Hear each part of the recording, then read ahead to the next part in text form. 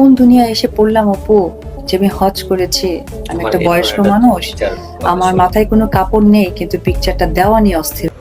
বইন বইন অপু বিশ্বাস, আপনি যা কোন তাই সত্যি, তাই একেবারে সত্যির উপরে সত্যি। কিন্তু 2016-17 তারিখে যে আপনি যে ধরনের কল রেকর্ডগুলো আপনার আছে, সেগুলো কই যাব বোন? আপনার যদি শাশুড়ি আপনাকে এতই ভালোবাসে, আপনার সাথে এতই প্রেম প্রীতির আলাপ করে, এতই আপনাকে নিয়ে এত সুন্দর সুন্দর কথা বলে, এই যে 2016-17 সালে যে আপনি যে এই খুনি পর্যন্ত প্রমাণ করতে চাইছেন শাকিব খানের মা বাবার কাছে আপনার বাচ্চা সেভ না, হ্যাঁ, তারা আপনার বাচ্চাকে পৃথিবীতে আসতে দেয় নাই, তারা যে কোনো সময় আপনার বাচ্চাটাকে মেরে ফেলতে পারবে, আপনাকে মেরে ফেলতে পারবে। এখন সেই মানুষগুলা আপনাকে আবার বলে অপু আপনি আমার সঙ্গে থাকেন, অপু আপনি এটা হয়েছে, অপু সেটা হয়েছে। এত মিথ্যা কথা কি দরকার ছিল ভাই? এত ঘটনা, এত রটনা, এত মিথ্যাবাদী, সব কিছুর পরেও কি আপনি নিজেকে নিজে জাহিরিত করতে চান যে আপনি আসলে একটা সুশীল একটা বউ? আসলে এইটা বললে হবে না, এটা সোশ্যাল মিডিয়া যুগ, এটা আগের কোনো কিছু না যে এটা আরও 90 দশকের কথা, যে সোশ্যাল মিডিয়া ছিল না, আপনি যত অকারেন্স কারো নামে খারাপ কথা বলছেন সেটা থাকবে না। এটা সোশ্যাল মিডিয়া, এটা হচ্ছে ডিজিটাল যুগ যাকে বলা হয়।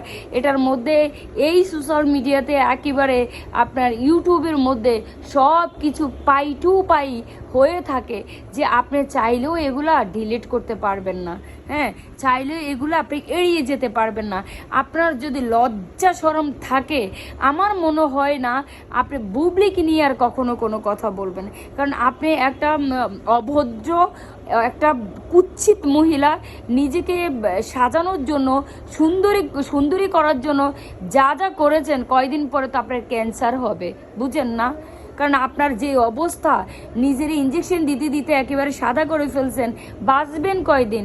কেন এত মিথ্যা কথা বলেন? কেন এত মিথ্যা কথা বলার কোনো দরকার আছে আপনার? আপনি বুবলিকে নিয়ে, বুবলি আপনি যে তার আগে যে আপনার জয় হওয়ারও তো 5-6 বছর আগে এই শাকিব খানের মা বাবা করে আসছে, হজ করে আসছে, তাহলে আপনি জয়ের বার্থডে, গত 3 বছর আগে জয়ের বার্থডেতে কি করে আপনি জয়ের দাদির ছবি ছাড়েন? তাও জয়ের দাদি এবং দাদার মুখে কোনো হাসি ছিল না। আর ও শবনম বুবলি যে হচ্ছে ছবি ছেড়েছেন, সেই ছবির মধ্যে স্পষ্ট ভেসে উঠেছেন ওদের ভালোবাসা, হাসি মুখী, একদম মুখটা হাসি ভরা। তাহলে আপনি কি বলবেন? আপনার কথা কি দর্শক বিশ্বাস করবে? দর্শক তো আপনাকে বিশ্বাস করে না, কারণ দর্শকে জানে যে আপনি একটা মিথ্যাবাদী। আপনি বলেছিলেন না শাকিব খান হচ্ছে পদ্মার লেস হয়ে গেছে, শাকিব খান আপনাকে না, শাকিব খান একেবারে মানে ক্যারেক্টার খারাপ হয়ে গেছে। তো ক্যারেক্টার খারাপ যে ছেলেটার হয়ে গেছে, সেইটার ছেলেটার পিছনে আপনি কেন ঘুরতেছেন? আসলে আপনার মনে হয় একবার 12 লাখ টাকা নিছেন, একবার 10 লাখ টাকা নিছেন, এটা আপনার হয় নাই, আপনার এটা আরও রয়ে গেছে। আরেকটা কথা আমি ক্লিয়ার করতে চাই অপু বিশ্বাসের দর্শকের কাছে। অপু বিশ্বাসের দর্শকরা বলেছিলেন যে শাকিব খান যখন কিছুদিন আগে, আজ থেকে আরও 1-1.5 বছর আগে একটা ইন্টারভিউ দিয়েছিলেন, বলেছিলেন সে মানুষকে দিয়ে আমার কাছ থেকে 12 লাখ টাকা নিয়েছিল, তারপরও তার হয় নাই। সেই 12 লাখ টাকা এটাই যে অপু বিশ্বাস সম্পূর্ণ সাংবাদিকদেরকে নিয়ে 12 লাখ টাকা কাছ থেকে, শাকিব খানের কাছ থেকে আদায় করে নিয়েছেন। সেই 12 লাখ টাকা ভিডিওর মধ্যে অবশ্যই আছে, আপনারা চাইলে আমার ভিডিওগুলো দেখতে পারেন। সেই ভিডিওর মধ্যে স্পষ্ট শাকিব খানের যে তাকে 12 লাখ টাকা দিছে সেটা স্পষ্ট আছে।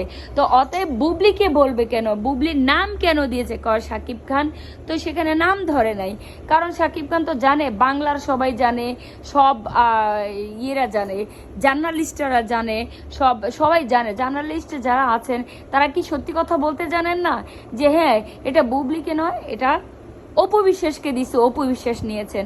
তো আমি মনে করব যে আপনারা যারা আছেন, যারা এখন পর্যন্ত ঘুমিয়ে আছেন, আপনারা জাগুন, যে অপু মাসি সবসময় মিথ্যা কথা বলে, যে মাসির মিথ্যা হাত ধরবেন না।